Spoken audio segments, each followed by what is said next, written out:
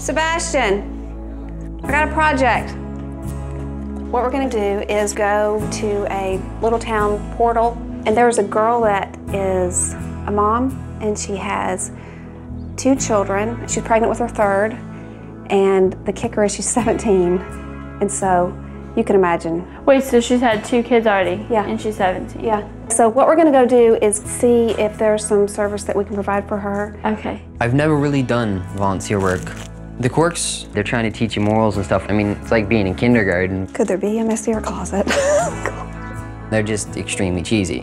Do we get to change diapers? I don't think we're gonna have to change diapers. Okay. I wanted to get them out of their comfort zone, and sometimes doing that, it causes you to reflect upon your own life. You wanna carry this? Dana told us that we were going to this girl's house where we'd be helping her clean her house, and I wasn't looking forward to that. Hello.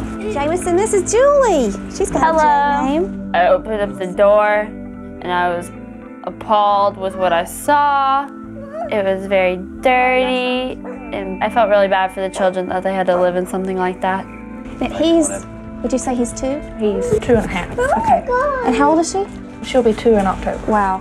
I am a stay-at-home mother, and it's really hard because week to week or day to day, you're like, how are we gonna get diapers?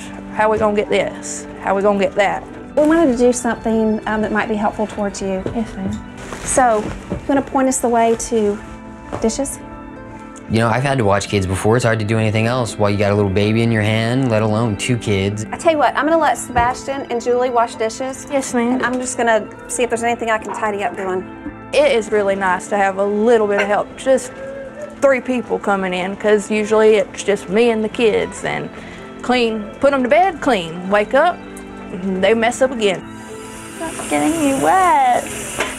I don't want to say it was horrible, but I mean, it wasn't great. I wouldn't want to live that way.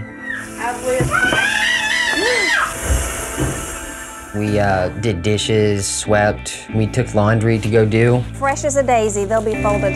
We just did whatever we could do. So what made you say you have kids, or did it just happen? I was being an unruly teenager. I'd get what I wanted, and then I decided one year that I was going to be rude and ungrateful and didn't care what my mama did for me. I wasn't happy. I was like, I'm gonna have a kid. She's like, Sasha, you're gonna mess up. You don't know how hard it is. It's hard. Oh, so you just decided to have one? And that's where he popped up in the picture. Sasha's in this really unfortunate situation, and just looking at those little kids made me feel really bad. Oh God. I'm so glad I didn't have to grow up that way. Oh my God. I really do think it impacted both of them. It was a little bit more difficult for Julie. She definitely was out of her comfort zone. Sebastian got right in there and found things to do. I would ask him to wash the dishes, and he stood there and kept working on it. I've never really hands-on impacted something like that. It felt really good, you know?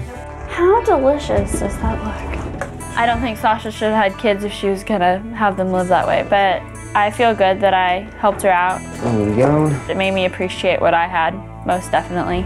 Bon appetit! I was just really proud of both of them. And just knowing that you've made a small difference in someone's life, it's so worth it. Thank y'all for coming. Nice meeting you guys. Nice meeting y'all. Gracie, should we show them your book?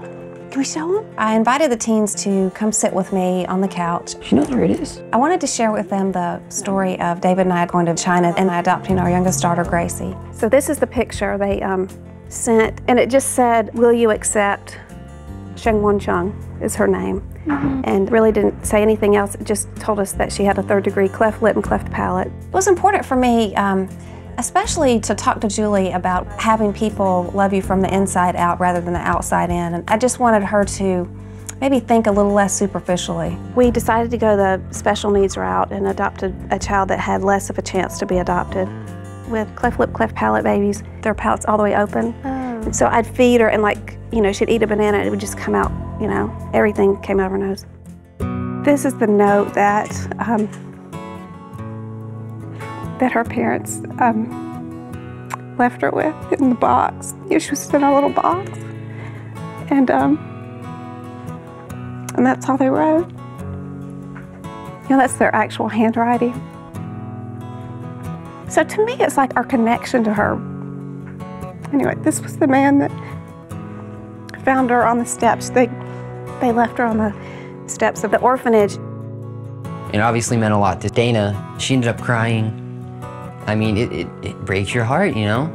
So they just called us into a room where all these babies were in there just screaming, and they just handed her to me, and she was just wet with urine. And her body, I mean, she was just like trembling, you know? And her clothes had so much urine on them that they bleached. When I came home, I washed them, and they bleached out. That's how much urine was on them. Okay, this is what, like love and good food. Okay, look at that picture. So that's the day we got her. This is 10 days later. She looked like that. I mean, that's a huge change. It is, isn't it? You can just see it's like she almost holds her head up, you know?